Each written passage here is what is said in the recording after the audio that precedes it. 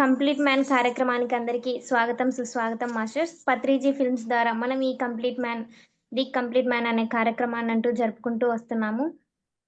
అలాగే ఈ the complete man కార్యక్రమం ప్రతిరోజు సాయంత్రం 6:30 నుండి 7:30 వరకు జరుపుకుంటూ వస్తున్నాం మాస్టర్స్.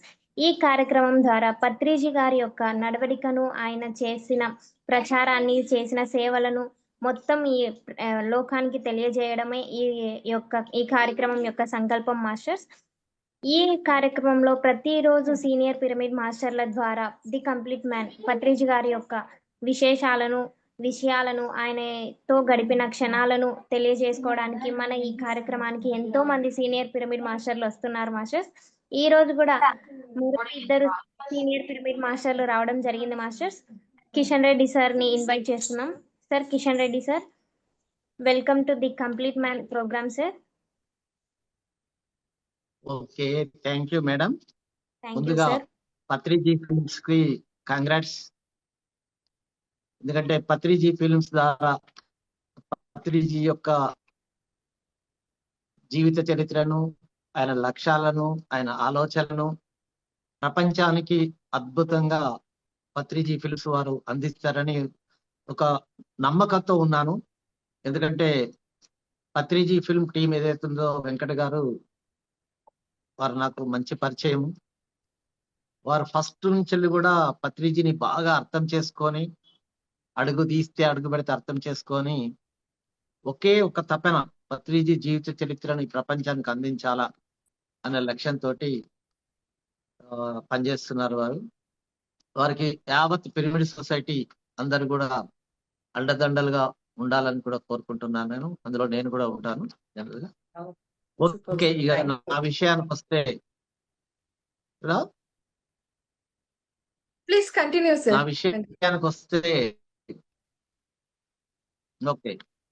విషయానికి వస్తే పత్రిజీ గారితో పరిచయం నాకు 2003లో జరిగింది. అప్పటి నుంచి నేను ఏదైతే పత్రికని గమనించానో, మీరు ఇచ్చిన లెక్క ప్రకారం పత్రిజీ ఆలోచనలు, పత్రిజీ లక్ష్యాలు, వ్యక్తిత్వం, నేర్పించిన విధానం, మనం ఏం నేర్చుకున్నాము, నేనేం నేర్చుకున్నాను అన్నది ఒక సింపుల్ గా నేను క్లారిటీ ఇస్తాను. అలాగే పత్రిజీ లక్ష్యాలు అంటే లక్ష్యాల ప్రకారమే ఆలోచనలు ఉంటాయి. ఇలా ఆలోచనలు ఇచ్చారు. పత్రిజీగా ఈ భూమికి అయితే ప్రపంచంగా అహింసాయుత కావాలి, ఈ చంపకూడదు, అంటే కావాలి, ఒక పిరమిడ్మయం కావాలి. వస్తుందా వాయిస్ కరెక్ట్ గా? బ్రేక్ అవుతుంది సార్, వాయిస్ బ్రేక్ అవుతుంది. క్లారిటీ ఉంది సార్? వస్తుందా ఇప్పుడు? Okay sir. ఏ లక్ష్యాలు అయితే ఉన్నాయో ఆ లక్ష్యాలకు అనుగుణంగానే నాకు అర్థమైనంత వరకు పత్రిజీ పైలోకాల నుండే 1,44,000 మందిని ఇక్కడ భూమి మీదకి తన సైన్యంగా తీసుకొచ్చుకున్నారనేది మనం ఎప్పుడూ వారి మాటల్లో వింటుంటాం. అందులో భాగంగానే మీరు గాని, వెంకట్ గాని, నేను గాని అదే పని మీద భూమి మీదకి వచ్చాం మనం ప్రజెంట్. అయితే నేను అర్థం చేసుకున్నది ఏంటంటే పత్రిజీ గారిని, ఆయన ఒక ఫిజికల్ వరల్డ్ లో చూస్తే ఒక గ్రేట్ అడ్మినిస్ట్రేటర్. అంటే ప్రపంచంలో ఎంతమంది రాజకీయ నాయకులు అవుతున్నారో, ఆధ్యాత్మికవేత్తలు ఉన్నారో, వాళ్ళందరికీ కూడా గ్రేట్ అడ్మినిస్ట్రేటర్ వారు. నేను ఒక రోజు పత్రిజీ గారిని అడిగాను, నేను మెడిటేషన్లకు వచ్చిన తర్వాత ఒక 5-10 years తర్వాత అనుకుంటా, బహుశా ఇదే ఇప్పుడు నేను పిరమిడ్లోనే నేను ఈ వీడియో జూమ్ చేస్తున్నాను. నా పక్కకే ఒక బెడ్ ఉంది, పత్రిజీ గారు ఇక్కడే పడుకునేవాడు. దానిలో ఇదే బెడ్ మీద నేను అడిగాను సార్ని, సార్ నేను ఒక అడ్మినిస్ట్రేటర్ కావాలనుకుంటున్నాను, అందుకొరకే మిమ్మల్ని గమనిస్తున్నాను. నేను ఎప్పుడు కూడా పత్రిజీ గారిని గమనించేవాడిని. వారు వెహికల్ దిగి మళ్ళీ వెహికల్ వెళ్ళేంత వరకు మీరు గమనించండి. పత్రిజీ గారు వచ్చిన పని అయిపోయిన తర్వాత ఒక్క క్షణం కూడా ఎక్కడికైతే వెళ్తారో అక్కడ ఉండేవారు కాదు. ఖర్చిపు తుడుచుకుంటూ టిఫిన్ చేయగానే ఖర్చిపు తుడుచుకుంటూ జీప్ ఎక్కేవారు సార్. కనీసానికి చెయ్యి ఆరేంత వరకు కూడా ఇంట్లో ఉండేవారు కాదు. అంటే నేను గమనించింది. అట్లా అలా టైం మెయింటైన్ చేసేవారు. మళ్ళీ ఇంకొకటి, మనమైనా ఎండలకు భయపడతాం. ఒకటే రోజు 3-4 ప్రోగ్రామ్స్ ఇస్తే అది ఎండాకాలం కానీ వర్షాకాలం కానీ ప్రతి ప్రోగ్రాము టైం టు టైం వచ్చేవారు వారు. సపోజ్ వరంగల్కి ఒక 2 months బిఫోర్ 10వ తారీఖు డేట్ ఇచ్చారనుకోండి, ఇది జూన్ 10వ తారీఖు డేట్ ఇచ్చారనుకోండి, 10వ తారీఖు డేట్ 2 గంటల ముందే వచ్చేవారు సారు. ఈ మనం గమనించుకోవాలా. ఇది ఒక అంటే సార్ ఎట్లా జన ప్రచారం చేశారు, ఎట్లా టైం మెయింటైన్ చేశారు అనేది.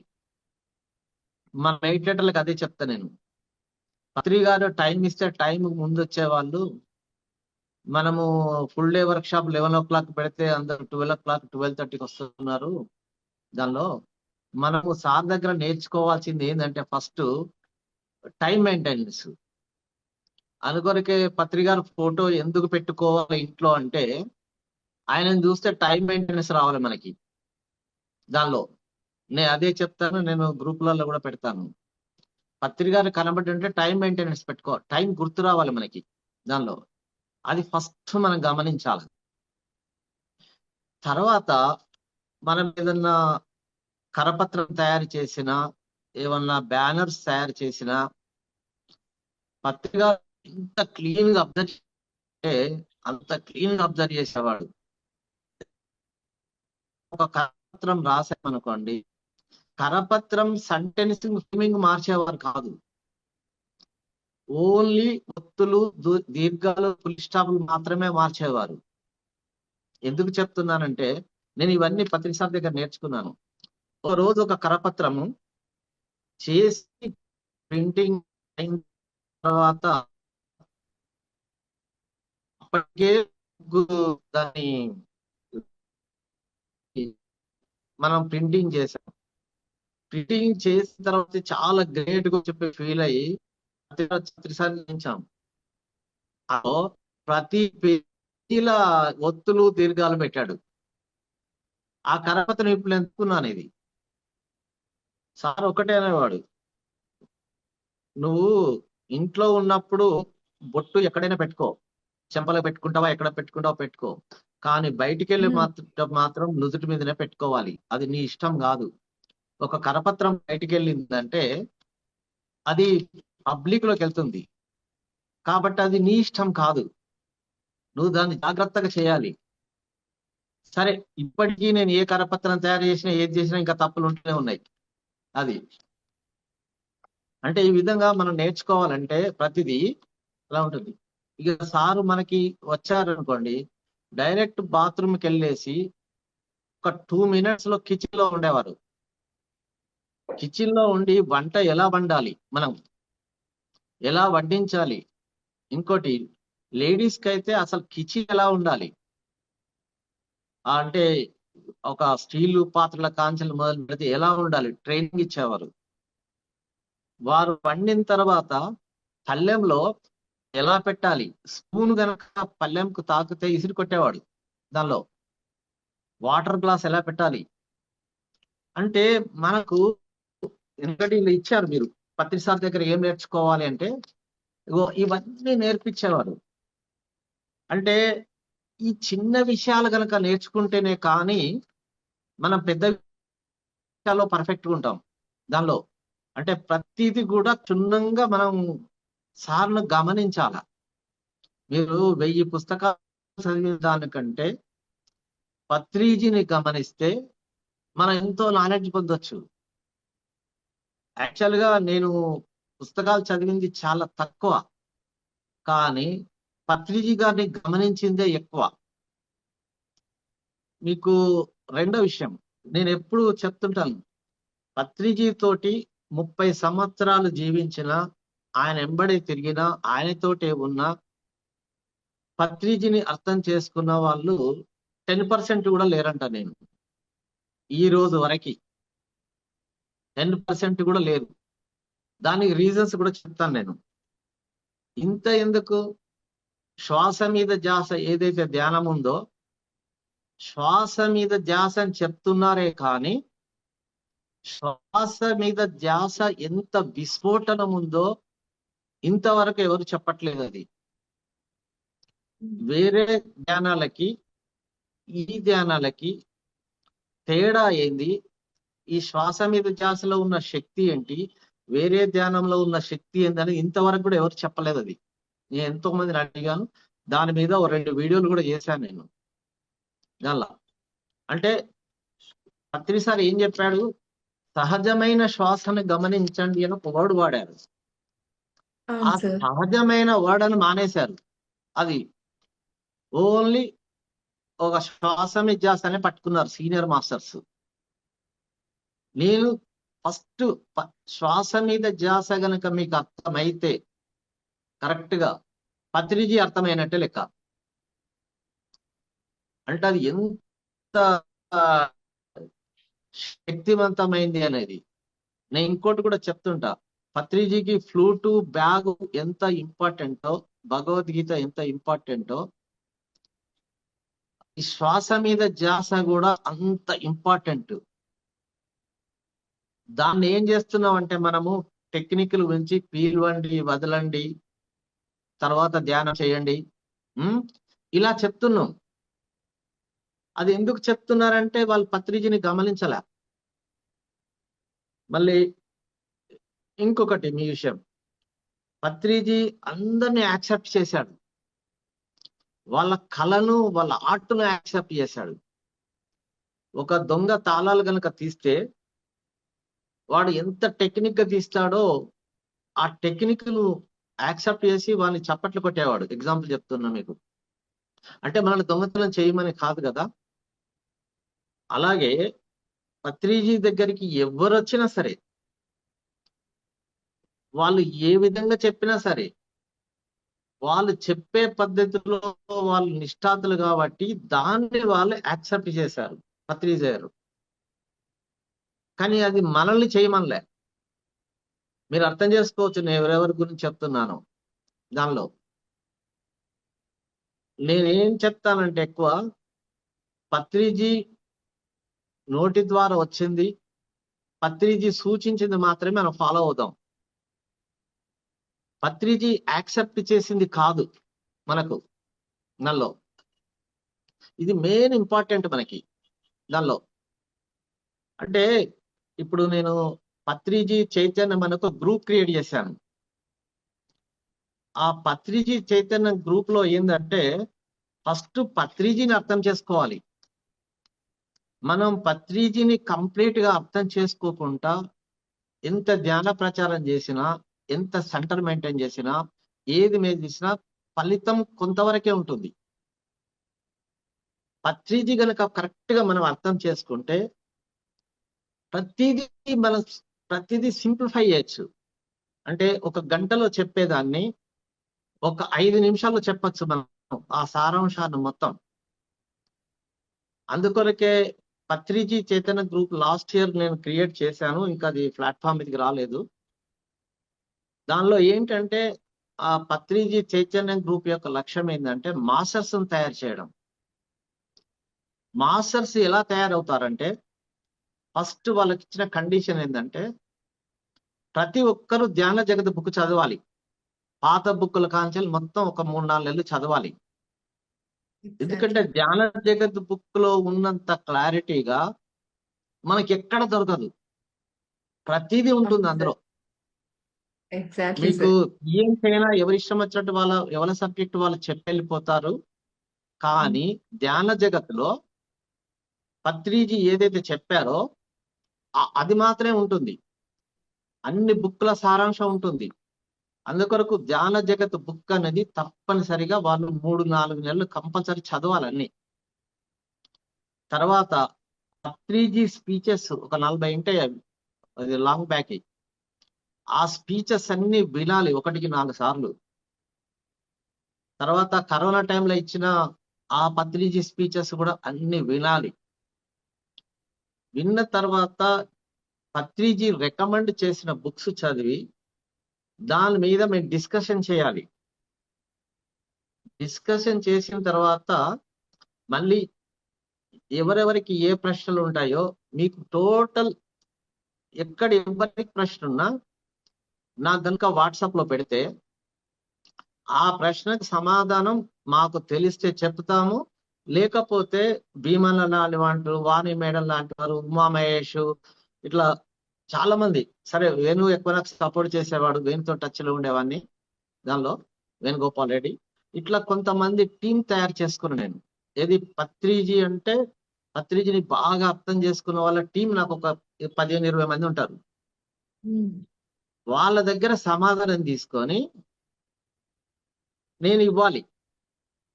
ఈ పత్రిజీ చైతన్యం అనే గ్రూప్ లో ఎవ్వరు ఏ ప్రశ్న అడిగినా సమాధానం ఇక్కడి నుంచి పర్ఫెక్ట్ వెళ్ళాలి. ఈ పత్రిజీ చైతన్య గ్రూప్ లక్ష్యం ఏంటంటే మాస్టర్స్ తయారు చేసే కార్యక్రమం ఇది. మీకు అంటే పత్రిజీ ఏం చేశారు, ఓన్లీ మాస్టర్లను తయారు చేయడం మాత్రమే వారు ఎక్కువ ఇంట్రెస్ట్ చూపించారు. ఎగ్జాంపుల్ చెప్తాను. ఒక 1000 మంది మీటింగ్ లో ఉన్నారనుకోండి, సార్ ప్రోగ్రాంకి వచ్చినప్పుడు, అందులో నాకు మాస్టర్ ఎవరు దొరుకుతారా అని చెప్పి చూసేవారు, కానీ ఆ 1000 మందిని చూసి సంతోషపడేవాడు కాదు సారు. ఒక్కలో ఇద్దరు మాస్టర్లు సెలెక్ట్ చేసుకునేవారు. అందుకొరకే ఆ ప్రోగ్రామ్ ఎప్పుడైనా సార్ డిస్టర్బ్ చేసేవారు. 2011-12 వరకు డిస్టర్బ్ చేసేవారు ఎక్కువ ప్రోగ్రామ్స్. ఎవరు తన్నేవారు, కొట్టేవారు, అవన్నీ భరించి ఉన్న మాస్టర్స్ మాత్రమే పత్రిజీ దగ్గర ఉండేవారు. దానిలో అట్లా మాస్టర్స్ తయారు చేసుకున్నారు. ఒకరోజు ఏమన్నారంటే సారు, అంటే నేను 2003లో మెడిటేషన్లోకి వచ్చాను, 2009-10లో అనుకుంటా, వరంగల్ ధ్యానమయం అయిపోయిందయ్యా, ఇక సరిపోతుంది అన్నాడు. అన్న తర్వాత ఏంటి పట్టుమని నలుగురు, ఒక 10 మంది కూడా ధ్యానం చేసే వాళ్ళు లేరు, పత్రిజీ గారు ఏంటి వరంగల్ ధ్యానమయం అయిపోయింది అంటున్నాడు అని చెప్పేసి ఆలోచిస్తే నాకు వచ్చిన ఒక థాట్ ఏంటంటే, ఒకసారి పత్రిజీ గారు అన్నారన్నమాట, 2000 మందికి ఒక్క మెడిటేటర్ ఒక విలేజ్ లో ఉంటే ఆ ఊరు ధ్యానమయమైనట్లు లెక్క. మనం అనుకుంటాం ధ్యానాంధ్రప్రదేశ్, ధ్యాన ప్రపంచం అంటారు కదా, అసలు ఇన్ని కోట్ల మంది ఎప్పుడవుతారు ఏంటి సార్ ఇలా అంటారు అనుకునేవాడిని. కానీ తర్వాత నాకు దొరికిన సమాధానం ఏంటంటే, 2000 మంది కనుక ఒక మెడిటేటర్ ఉంటే ఆ ఊరు ధ్యానమయమైనట్లు లెక్క. అదేవిధంగా వరంగల్లో ఒక 8-10 మంది ఉండేవాళ్ళం అప్పుడు, అందుకొరకే వరంగల్ ధ్యానమయమైనట్లు లెక్క. ఎందుకు అంటే వాళ్ళు చూసుకుంటారని అర్థం దానిలో. ఈ విధంగా పత్రిజీ గారి ప్రతి మాటలో ఒక అంతరార్థం ఉండేది దానిలో, మనం బాగా గమనించినట్లయితే. తర్వాత మీకు ఒక రోజు తెలంగాణ ధ్యాన మహాచక్రం అని చెప్పేసి 2012లో వరంగల్లో మనం పెట్టాం. అది మీకు ఇంకో విషయం కూడా, పత్రిజీ గారు ఎప్పుడు కూడా నా విషయానికి వస్తే ఈ పని చేయమని ఎప్పుడు చెప్పలే. 2003 నుంచి 2022 వరకు, అంటే 21 సంవత్సరాలు నేను పత్రిజీతో ప్రయాణం బాగా క్లోజ్ గా చేసినప్పటికీ నువ్వు ఈ పని చేయబోయా అని ఒక్కసారి కూడా చెప్పలే నాకు దానిలో.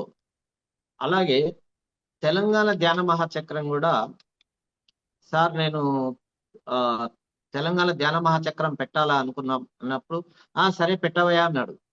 దానిలో నా దగ్గర అప్పుడు డబ్బులు కూడా అసలు లేవు, ఎప్పుడు కూడా నా దగ్గర డబ్బులు ఉండవు, ఏదైతే వస్తాయో అప్పుడే పెట్టేవాడిని. అది 23 lakhs ఎక్స్పెండిచర్ వచ్చింది నాకు.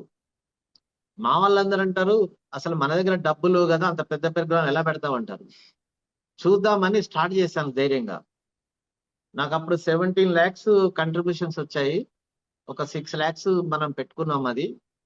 అయితే అప్పుడు ఆ పబ్లిక్ రోజు 5-6 వేలు వస్తే సార్ని ఒక ప్రశ్న అడిగాను నేను, సార్ మనము ధ్యానము శ్వాస నిధ్యాస అని చెప్పి చెప్తున్నాము, అది ఎవరికి అర్థం కావట్లేదు సరిగ్గా, ధ్యానం ఎలా చేయాలో క్లియర్ గా చెప్పదామా సార్ అని అడిగాను నేను ఒకసారి గ్రౌండ్ లో కూర్చున్నప్పుడు. చెప్పొద్దు అన్నాడు, ధ్యానం ఎలా చేయాలో చెప్పొద్దు అన్నాడు. మరి ఎట్లా సార్ వాళ్ళు ఎలా అని నేను అడిగా. వాళ్ళే అడిగి తెలుసుకోవాలయా అన్నాడు. అంటే ఈ ఒక్క వర్డ్ తోటి మనకి ఏమర్థం అవుతుంది అంటే సారు వెతికింది ఇంట్రెస్ట్ ఉన్న వాళ్ళ కొరకు వెతికాడు దానిలో. అంటే మాస్టర్ల కొరకే వెతికారు సారు. అదే విధంగా ఇప్పుడు చూడండి మీరు, సారు లక్ష్యం ప్రకారము సార్ తోటి దెబ్బలు తిని అన్ని తట్టుకొని ఉన్న మాస్టర్స్ మాత్రమే ఇప్పుడు బ్రహ్మాండంగా ప్రచారం చేస్తున్నారు.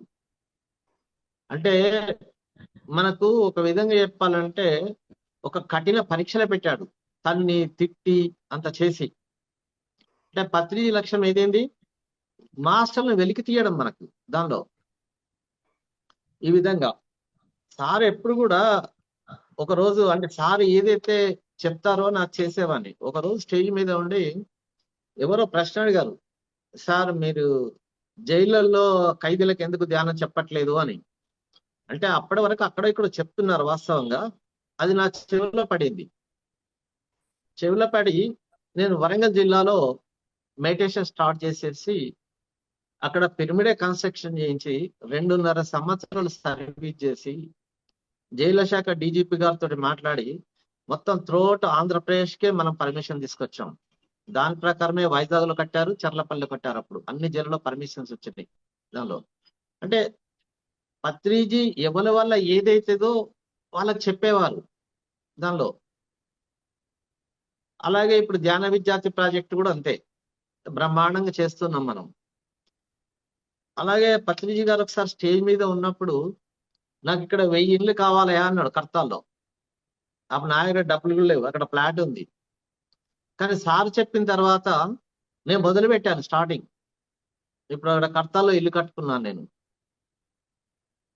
అట్లాగా పత్రిజీ గారు అంటే లక్ష్యాలు ఏదైతే ఉన్నాయో వారు ఎవరెవరు ఏ పని చేస్తారో వాళ్ళ ముందు ఆ వర్డ్ అనేవాడు అనమాట.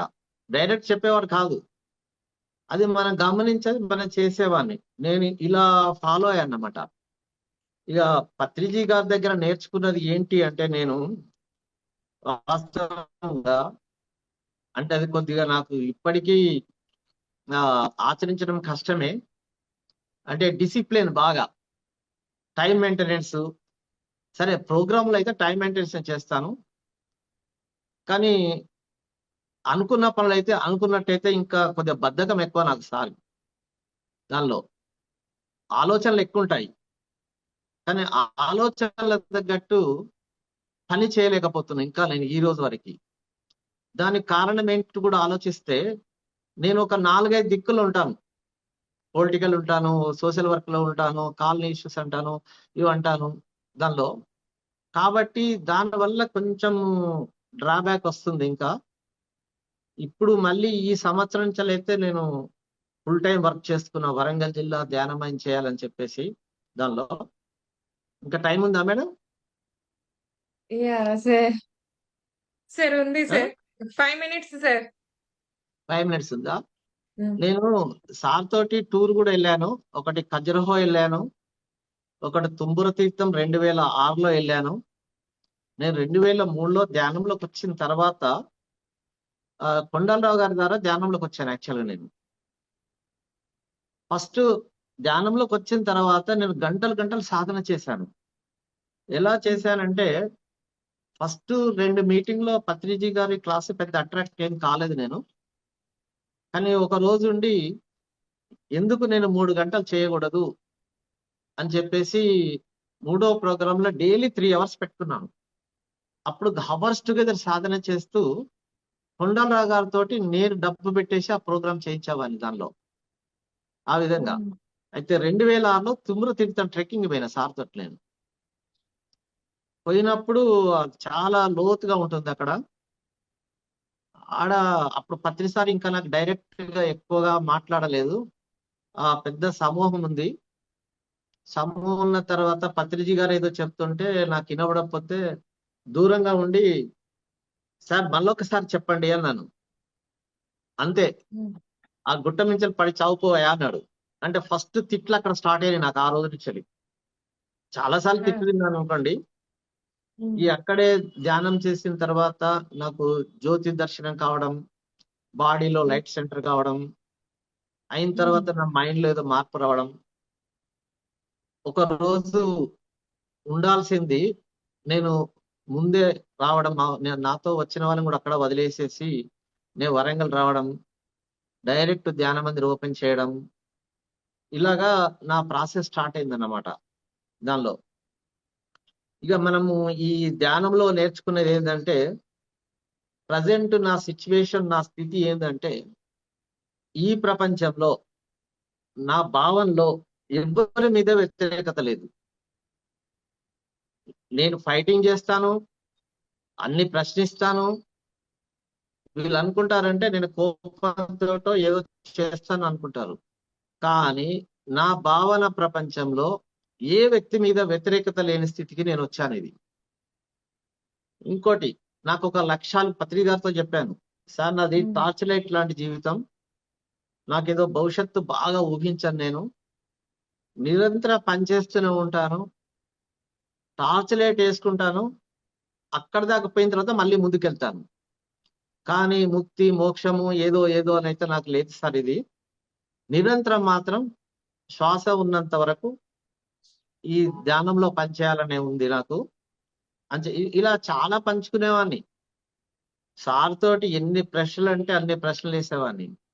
ఒక రోజు అడిగాను సార్కి, సార్ వీళ్ళని పట్టుకొని స్వామి వివేకానంద అంటారు, వీళ్ళని పట్టుకొని ఇంకేదో అంటారు, ఇంకేదో అంటారు, మరి నాకెందుకు పెట్టలేదు సార్ పేరు అని అడిగా నేను.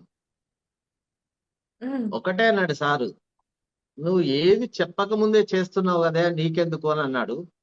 అంటూ ఎవరికి ఏ పేరైతే పెడతానో ఆ పేరు నేను ఎప్పటికి గుర్తు పెట్టుకోవాలయా, అదొక నాకు ప్రాబ్లము అని చెప్తూ ఒక రష్యన్ స్టోరీ చెప్పాడు.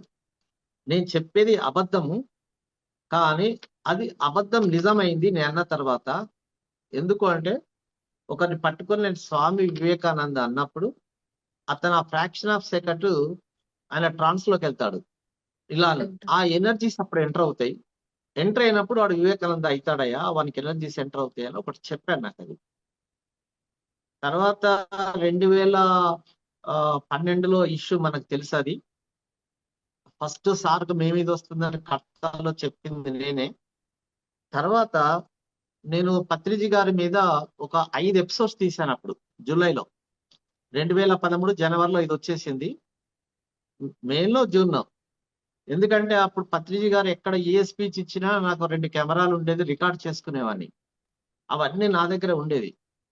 హెచ్ఎంటి వాళ్ళు ఒక వీడియో చేద్దామని వచ్చినప్పుడు నేను 2,50,000 వాళ్ళకి కట్టేసి 5 ఎపిసోడ్ చేశాను అప్పుడు పత్రిజీతో. అంటే ఒక సక్సెస్ఫుల్ స్టోరీ కింద నాదేదో ఇండస్ట్రీ సక్సెస్ఫుల్ స్టోరీ చేద్దామంటే, నా సక్సెస్ కారణం పత్రిజీ గారు కాబట్టేసి మరి మొత్తం పత్రిజీ గారిదే ఉంటదని చెప్పేసి అప్పుడు 5 ఎపిసోడ్ చేశాం మనం.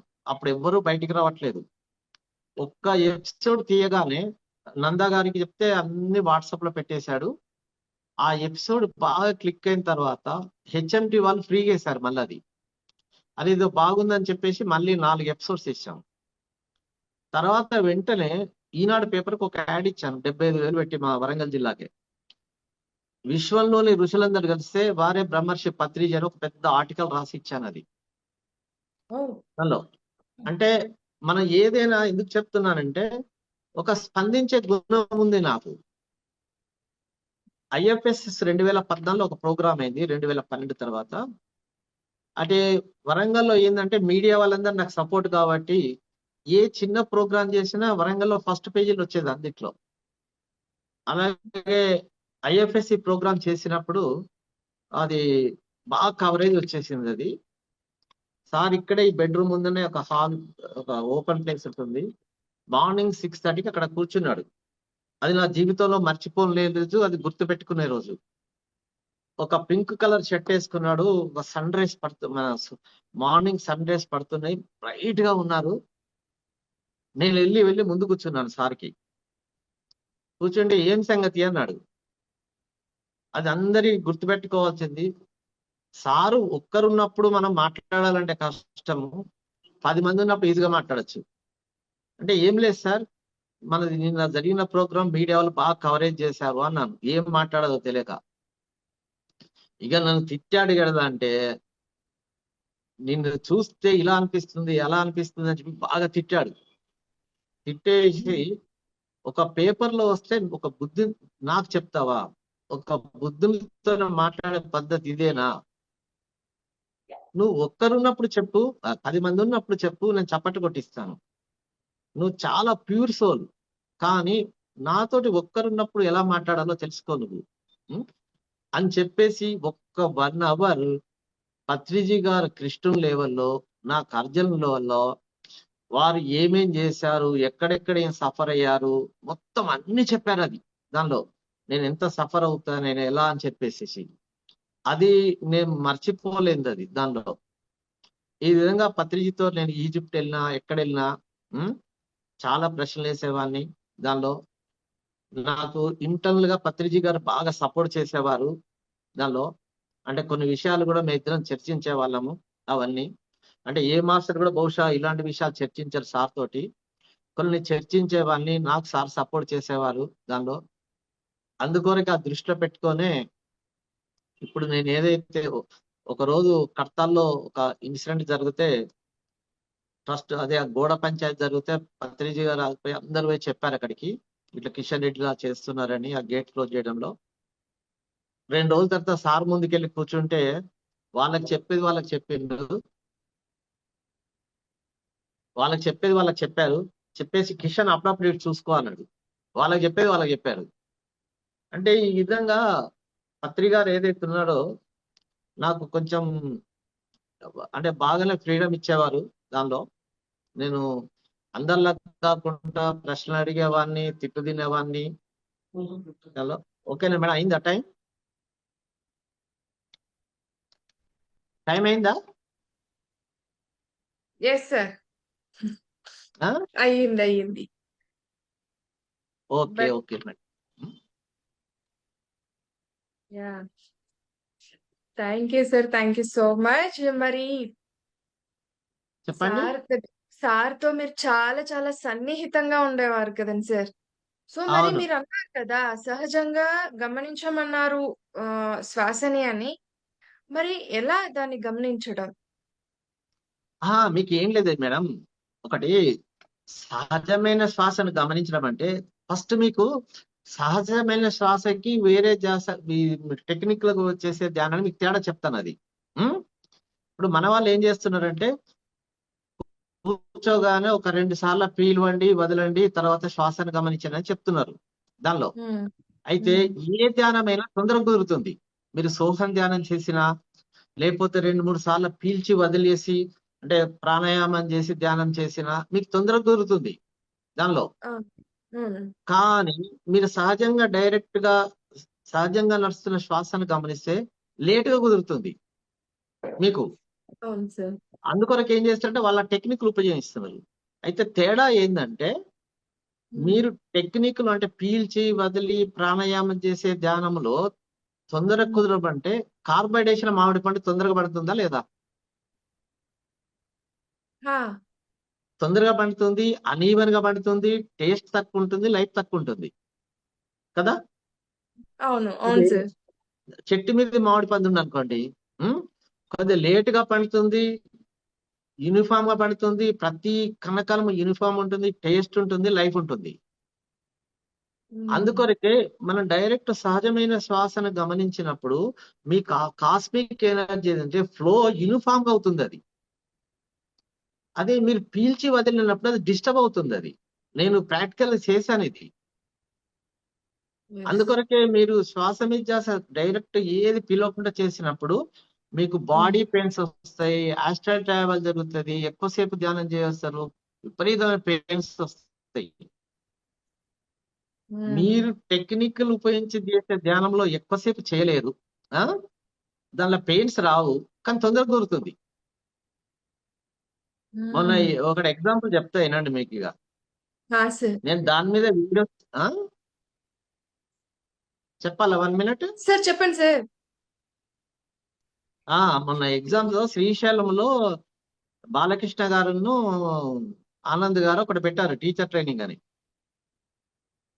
నేను వెళ్ళాను. వెళ్ళిన తర్వాత ఆనంద్ ఏం చేశారంటే ధ్యానము 3 సార్లు పీల్చి వదిలి చేయమన్నాడు. ఒక ఎక్సర్సైజ్ చేయించి. చేయించిన తర్వాత అడిగారు, ఇప్పుడు ఎలా ఉంది అని అడిగారు. అంటే చాలా బాగుంది సార్ అన్నారు కొత్తగా వచ్చిన వాళ్ళు.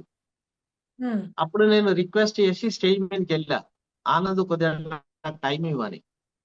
నేను ప్రశ్నించా, పత్రిజీ గారు సహజమైన శ్వాస అంటే సహజం అంటే అర్థం ఏంది అని అడిగా నేను. అంటే చెప్పలేకపోయాడు. ఇక నేను కోపంగా ఏం చేశానంటే ఆడ సబ్జెక్ట్ చెప్పేశా. మీరు గమనించండి, పత్రిజీ గారు ఎప్పుడు కూడా శ్వాస పీల్చి వదలమన్నాడా? లేదు సార్. పీల్చి వదిలితే తొందరగా కుదురుతుంది.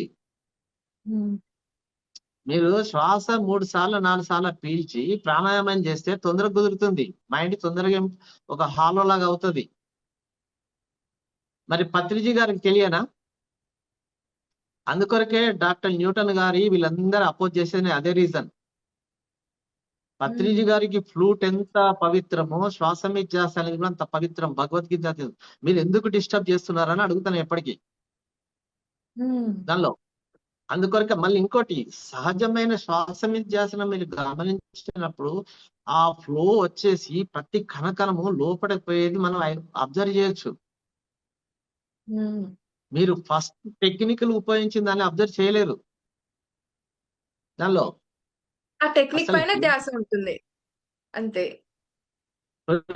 తొందరగా మైండ్ లో కొద్దిగా ఎంటీ వస్తుంది. మీరు ప్రాణాయామం చేస్తే తొందరగా ఎంటీ వస్తుంది. అందుకొరకే ఆ రోజు నేను ఆనంద్ ఓపెన్ చేశాను. ఇప్పుడు మన పేర్లు వద్దు కానీ వీళ్ళు చేసే పనులన్నీ జనాలు అట్రాక్ట్ చేసుకోవడం కోసం చేసేది ఇదే. అందుకొరకే నేను ఏమంటున్నా, పత్రిజీ గారిని బాగా గమనించమంటున్నా. అసలు ప్రతి మూమెంట్ ప్రతి గమనించాలా దానిలో. పత్రిజీ గారు ఏం చెప్పాడు, ఇప్పుడు వేరే వాళ్ళు చదివిన బుక్స్ మనకు చెప్తున్నారు, కానీ పత్రిజీ ఆ బుక్స్ సజెస్ట్ చేయలే. కొన్ని బుక్స్ దానిలో నాలెడ్జ్ అంతా ఇటు తీసుకొస్తున్నారు. ఇప్పుడు కళల మీద ధ్యానం అంటారు. మనకి ఎప్పుడైనా చెప్పారా సారు కళలు డీకోడ్ ఇవన్నీ? అసలు మొత్తము ఎలా చేసా, అందుకొరకు వాటి అన్ని మీద నేను వీడియోలు పెడుతున్నాను. మళ్ళీ ఇంకోటి, చూస్తున్నాను నేను కూడా. నేను వీడియో పెట్టినా లేకపోతే నేను ఏది పెట్టినా నా ఫోన్ నంబర్ ఇస్తా అక్కడ. ఎందుకు ఇస్తా అంటే నేను పెట్టిన వీడియోకు నేను రెస్పాన్స్, నేను పెట్టిన పోస్ట్ కు నేను రెస్పాన్స్, నేను సమాధానం చెప్పాలి కదా. అది అంటే నేను ఈ మెడిటేషన్ మీద జైల్లో 2.5 సంవత్సరాలు ఖైదీలకు ధ్యానం చెప్పినప్పుడు మొత్తం ఒక ఎక్స్పెరిమెంట్ చేశా ఖైదీల మీద. ఎందుకంటే డైలీ వెళ్ళేవాడిని కదా, 2.5 years ప్రతిరోజు వెళ్ళాను ఆల్మోస్ట్, లోకల్లో లేనప్పుడు తప్ప. అక్కడ మెడిటేషన్ లో మెడికల్ గా, మెంటల్ గా, స్పిరిచువల్ గా ఎట్లా వర్క్ అయిందో చూసా నేను. ప్లస్ నా అనుభవాలు ఉంటాయి. నేను శరీరము ఎంత కృషించిపోయానో, నా గోర్లు కూడా ప్లాస్టిక్ అయిపోయినాయి. నా శరీరం మొత్తం ఒక హెయిర్ లేకుండా అయిపోయింది. బక్కగా అయిపోయాను, నల్లగా అయిపోయాను. 6 నెలలు బ్లడ్ వామిటింగ్ చేసుకున్నాను. ఇదంతా ఈ సాధన లోపల ఇవన్నీ అనుభవించాను నేను. కళ్ళు ఎర్రగైపోయినాయి, బూట్స్లు వచ్చేసేది, షేకింగ్ వచ్చేసేది. అసలు ఈ సాధనలో భాగంగా బాగా తెల్లవారితే బ్రతుకుతుందా లేదా కూడా తెలియదు నేను చాలా రోజులు ఈ సాధనలో. అంటే ఆ సాధనలో అన్ని చూసా నేను. ఇంకోటి ఏంటంటే నాకు వినడం ఎక్కువ ఇష్టం. అందుకొరకు ధ్యాన మహా యజ్ఞం అంటే దాదాపు 2008 నుంచి ఇప్పటి వరకు నేను ఆ కాంపౌండ్ లో ఎంటర్ అయిందంటే బయటికి పోను. అందరూ ఎక్కడ ఏ సమూహం ఉంటే అక్కడ వెళ్ళి కూర్చునేవాడిని, అందరి అనుభవాలు వినేవాడిని, ఎక్కడెక్కడ ఉన్న అనుభవాలు వినేవాడిని. దానిలో వినడమే నా పని. అంటే పత్రిక గారు ఏం చేస్తాడు, వినమంటాడు అందరినీ. మీకు ఇంకెందుకు మేడం, నేను పిఎంసి మొత్తం ఫాలో అయ్యేది నేనే ఎక్కువ శాతం, మార్నింగ్ నుంచి ఈవినింగ్ వరకు. దానిలో మన వాళ్ళని అడిగితే అసలు పిఎంసి చూసే వాళ్ళు 10% కూడా లేరు మన సీనియర్ మాస్టర్స్. పిఎంసి ఓపెన్ చేయరు. పిఎంసిలో అద్భుతమైన మాస్టర్స్ ఉన్నారు మనకి.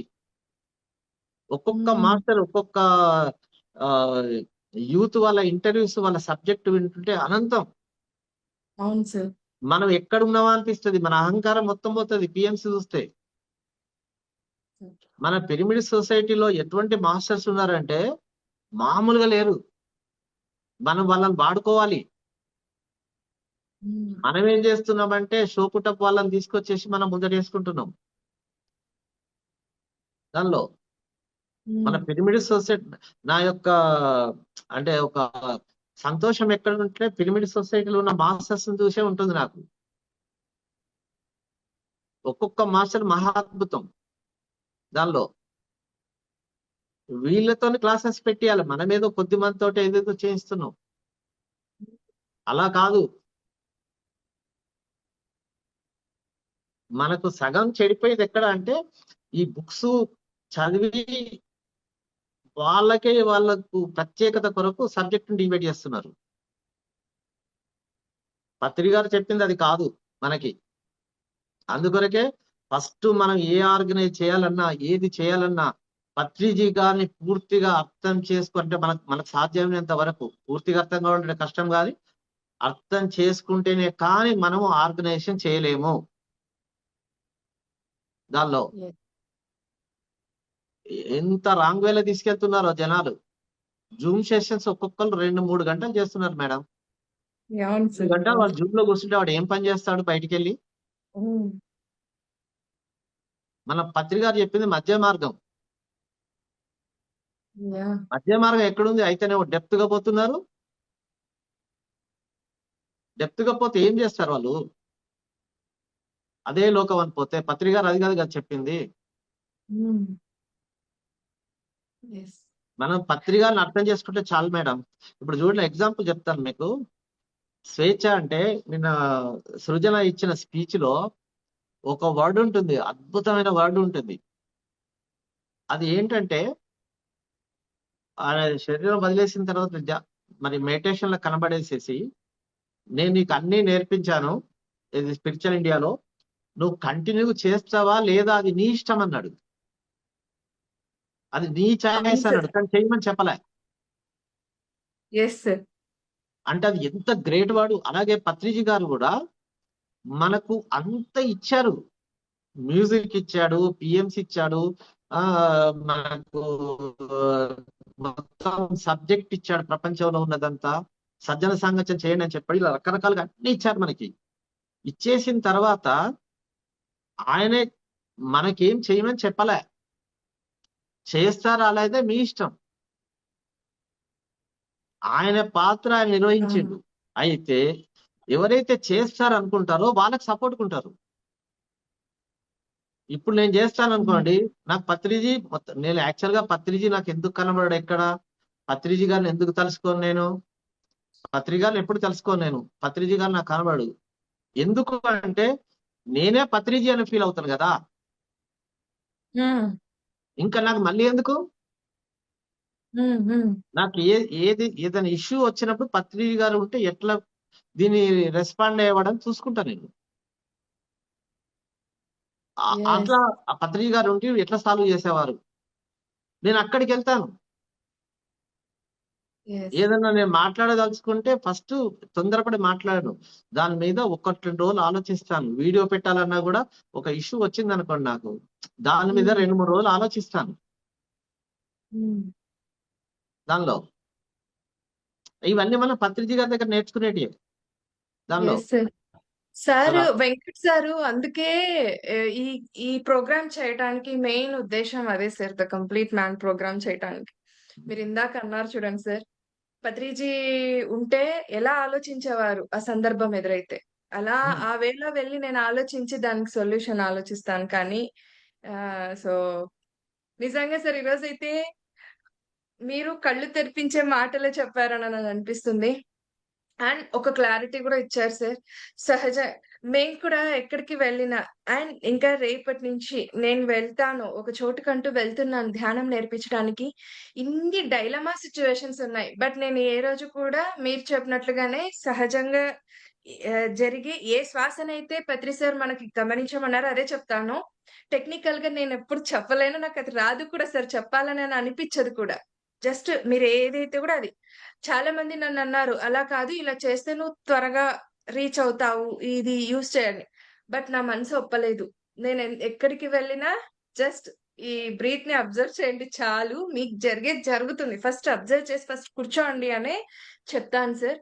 సో, ఇవాళ నేను అందుకే అడిగాను ఆ క్వెషన్. ఎందుకంటే మేము ఇప్పుడు మీ మీరన్నారిప్పుడు పత్రిజీయే నేనై ఉన్నానని చెప్పి. సో, మీరే సార్ మాకు ప్రెజెంట్ పత్రిజీ. ఎందుకంటే మీ బాటలో మేము నడిచే మీ పిల్లలం కాబట్టి మేం అసలైన విషయాన్ని నేర్చుకొనే మేము ముందుకు వెళ్ళాలి. పత్రిజీ ఆశయాన్ని ముందుకు తీసుకెళ్లాలంటే ఏంటి అసలు ఆయన ఏం చెప్పారనేది మాకు తెలియాలి. సో, వెంకట్ సార్ ఉద్దేశ్యం కూడా అదే సార్. ఈ కాన్సెప్ట్ తీసుకొచ్చిందే అందుకు. సో, రియల్‌గా ఈరోజైతే మీరు జస్టిస్ చేశారనే చెప్పాలి. ఓపెన్‌గా వెంకట్ బాగా అర్థం చేసుకున్నాడు పత్రిజీ గారిని. ఎప్పుడు సార్. గమనించానంటే గురుదాల్లో ఒక స్పీచ్ ఇచ్చాడు. యెస్ ఆసన సార్. సిద్ధి కూడా వేశాడు. అంటే కూర్చునే విధానం కూడా వెంకట్ హ్మ్. హ్మ్. 1 అవర్ పర్ఫెక్ట్ కూర్చొని అద్భుతమైన సబ్జెక్ట్ ఇచ్చాడు అనమాట. ఒక 3-4 మంత్స్ 6 మంత్స్ బ్యాక్. హ్మ్. అప్పుడు కొద్దిగా నేను అట్రాక్ట్ అయ్యానన్నమాట దానిలో. హ్మ్. అరే వెంకట్ దగ్గర ఇంత ఉందా అని చెప్పి వెంటనే ఫోన్ చేశాను నేను దానిలో. అంటే ఆ కూర్చునే విధానం గాని, ఆ చెప్పింది గాని చాలా అద్భుతంగా చెప్పారన్నమాట. అందుకొరకే యెస్ సార్. పత్రిజీ ఫిల్మ్స్ ఆయన సార్ కూడా చేయగలుగుతారని నమ్మకం వెంకట్ సార్ ఏర్పడింది కూడా నాకు.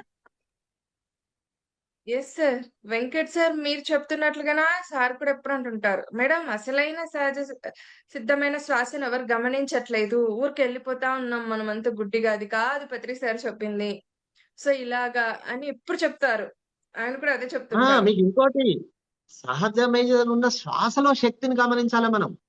మనకి ఆ! ఎప్పుడైనా సహజమైన హ్మ్. శ్వాసకి వేరే దానికి తేడా ఏందనేది కూడా తెలుసుకోవాలి మనం. హ్మ్. సార్. ఆ! సార్. ఇప్పుడు మనకి ఏదైనా సరే, యెస్. ఇప్పుడు సహజమైన శ్వాసకి వేరే దానికి తేడా ఎంత శక్తిలో డిఫరెన్స్ ఏంది అనేది తెలుసుకోవాలి. అది కూడా చెప్పాలి మనం. Yes sir. అంటే శ్వాసలో ఇన్ని రహస్యాలున్నాయి. మనం ఎందుకు శ్వాసను గమనించాలి? శ్వాసనే ఎందుకు గమనించాలి? ఆహా! సహజమైన శ్వాస ఎందుకు గమనించమన్నాడు అనేది తెలుసుకోవాలి మనం. అంటే అంత ఎంత శక్తి ఉందనేది. హ్మ్. హ్మ్. ఆ! అది మీరు కరెక్ట్ గనుక మీరు శ్వాసను గమనిస్తే కొద్ది రోజులు ప్రాక్టీస్ చేస్తే, ఆ హ్మ్. ఫ్లో అనేది ప్రతి కణకణము వెళ్ళి బాడీ పెయిన్స్ విపరీతంగా వస్తాయి. హ్మ్. అది మామూలు విస్ఫోటనం కాదు సహజమైన శ్వాసలో ఉన్న శక్తి. నేను అది హ్మ్. చెప్తాను ఎక్కువ హ్మ్. హ్మ్. దానిలో. అండ్ మీరన్నారు శ్వాసను కదండీ సార్. గమనించడమే కాదు దాని తేడా కూడా చెప్పాలి మనం యెస్.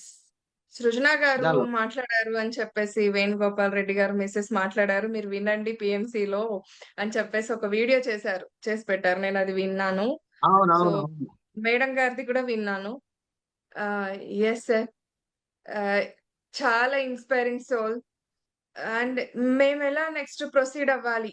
దాన్నెలా ఉన్న ఒక సందర్భం మనకెదురైతే మనం ఎలా దాన్ని రిసీవ్ చేసుకోవాలి? ఎలా దాన్ని మనం అర్థం చేసుకోవాలి? మేడం గారి మాటల్లో అయితే నేను అలా నాకు అర్థమయ్యింది సార్. ఎలా ముందుకు స్టెప్ తీసుకొని వెళ్ళాలి? ఇది ఆగకూడదు. యెస్ బాధపడేది నేను బాధపడ్డాను. కానీ మళ్ళీ నేను దాన్ని ముందుకు ఎలా తీసుకెళ్ళాలి? వేణుగోపాల్ రెడ్డి గారి ఆశయాన్ని మేడం గారు ఎలా ముందుకు తీసుకెళ్ళాలని ఆలోచించారు చూడండి సార్. అది గ్రేట్ అసలు. యెస్. అదే అంటున్నాడు అనేది. అందుకొరకు ఇప్పుడు హయ్యర్ మాస్టర్ ఎవరు కూడా మనకి ఈ పని చెయ్యి తర్వాత ఇది చెయ్యి అని చెప్పరు సర్వసాధారణంగా.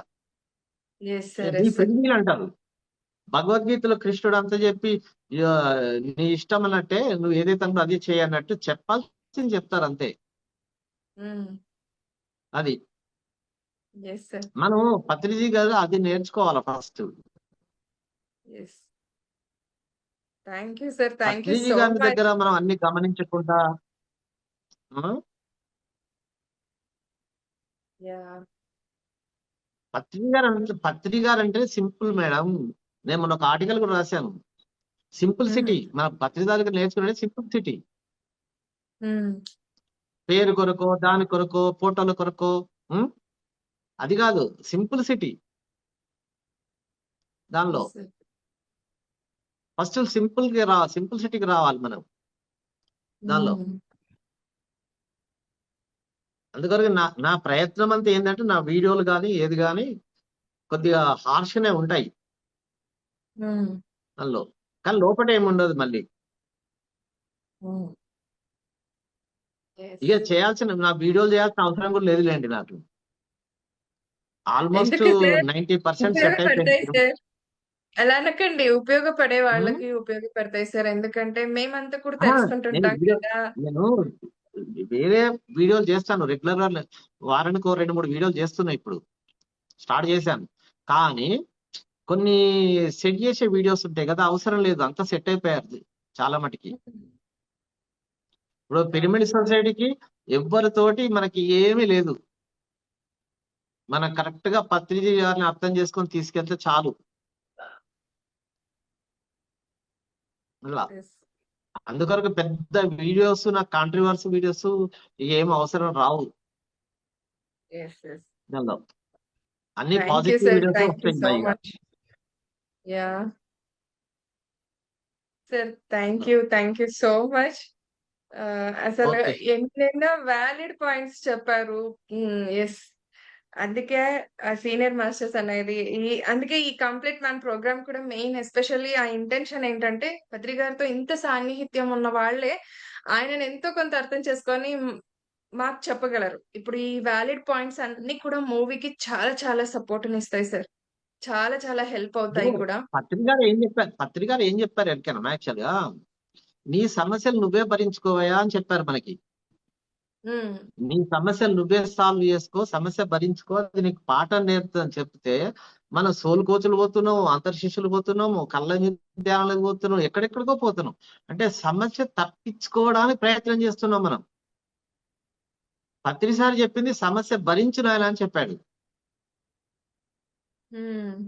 సమస్య తప్పించుకోవడానికి పోతున్నాం మనం. సబ్జెక్ట్ తెలుసుకోవాలి కదా అనేది కూడా ఉంటుంది కదా. సబ్జెక్ట్ తెలుసుకోవడానికి ప్రయత్నం చేయొచ్చు, నీ సమస్య సాల్వేషన్ కొరకు పోతున్నావు అక్కడికి. ఓకే. మీరు పత్రిక గారు ఏం చెప్పారంటే అందరి దగ్గర నేర్చుకోమన్నాడు. అవును సార్.